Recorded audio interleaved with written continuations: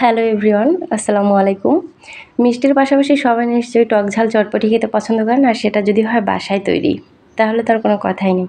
তো কথা না বাড়িয়ে মূল রেসিপিতে চলে যাওয়া যাক। তো এখানে আমি চটপটি তৈরি করার জন্য সব ধরনের উপকরণ নিয়েছি। আমি সর্বপ্রথম তেঁতুলের টক তৈরি করে নেব। এখানে আমি কিছু তেঁতুল নিয়েছি, আপনারা চাইলে আরও বেশি নিতে পারেন, কারণ আমার চটপটির পরিমাণ খুবই কম। তো আমি চটপটি এটার সাথে আমি কিছু পানি মিশিয়ে সুন্দর একটি পেস্ট তৈরি করে নেব। তো পেস্ট তৈরি করা হয়ে গেছে, আমি দিয়ে দিয়েছি চিলি ফ্লেক্স, দিয়ে দেব সামান্য পরিমাণ বিট লবণ, এখন দিয়ে দেবো রাঁধুনি রেডিমিক্স চটপটি মশলা 1 টেবিল চামচ পরিমাণ। এখন এটাকে সুন্দর করে মিক্স করে নিচ্ছি। আমি একটু ঘন করে তৈরি করেছি, আপনারা চাইলে আরও পাতলা করে তৈরি করতে পারেন। তো আমি চুলায় একটি পাতিল বসিয়ে দিয়েছি, পানিটা গরম হয়ে গিয়েছে এবং দিয়ে দেব চটপটির ডাল। এটা আমি সারা রাত ভিজিয়ে রেখেছিলাম, একটু নেড়ে দিচ্ছি। এখন দিয়ে দেব সেদ্ধ করা আলু। আলুটাকে আমি একটু ভেঙে দিয়েছি, আলু দিলে চটপটিটা একটু ঘন হবে।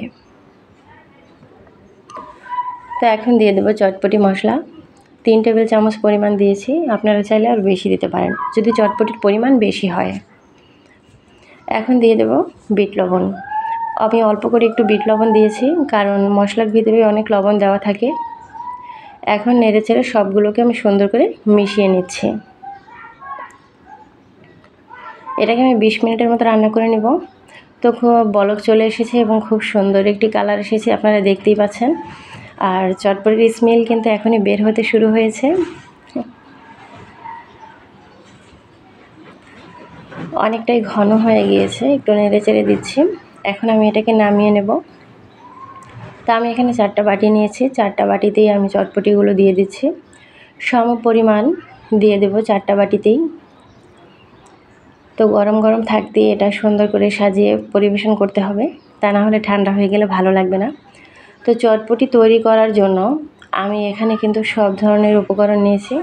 এখানে নিয়েছি পেঁয়াজ কুচি, কাঁচামরিচ কুচি, ধনিয়া পাতা কুচি, শসা কুচি, চিলি ফ্লেক্স, মরিচের গুঁড়ো, শুকনো মরিচ আমি গুঁড়ো করে নিয়েছি, এবং বিট লবণ ও ডিম। এখন আমি সুন্দর করে একটা বাটি সাজিয়ে দেখাচ্ছি। দিয়ে দেব চিলি ফ্লেক্স,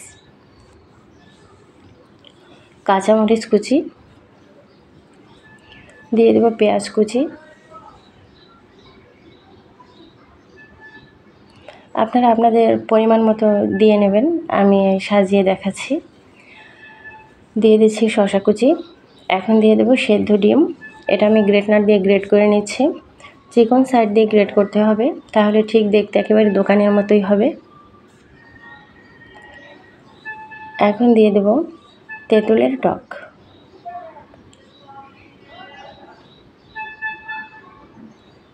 তেঁতুলের টক দিয়ে দিচ্ছি।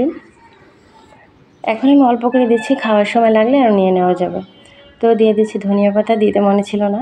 তো আমি সবগুলো বাটি সেম প্রসেসে সাজিয়ে নেব। তো আলহামদুলিল্লাহ রেডি হয়ে গেল আমাদের বাসায় তৈরি টক ঝাল চটপটি। আর বাসায় তৈরি চটপটি কিন্তু সবথেকে ভালো এবং স্বাস্থ্যসম্মত। বাইরের চটপটি কিন্তু একেবারেই স্বাস্থ্যসম্মত নয়। বাচ্চারা কিন্তু চটপটি খেতে সবথেকে বেশি পছন্দ করে, তাই আপনারা চেষ্টা করবেন বাসায় চটপটি তৈরি করে দেওয়ার জন্য। তো কেমন হয়েছে কমেন্ট করে কিন্তু অবশ্যই জানাবেন। আল্লাহ হাফেজ।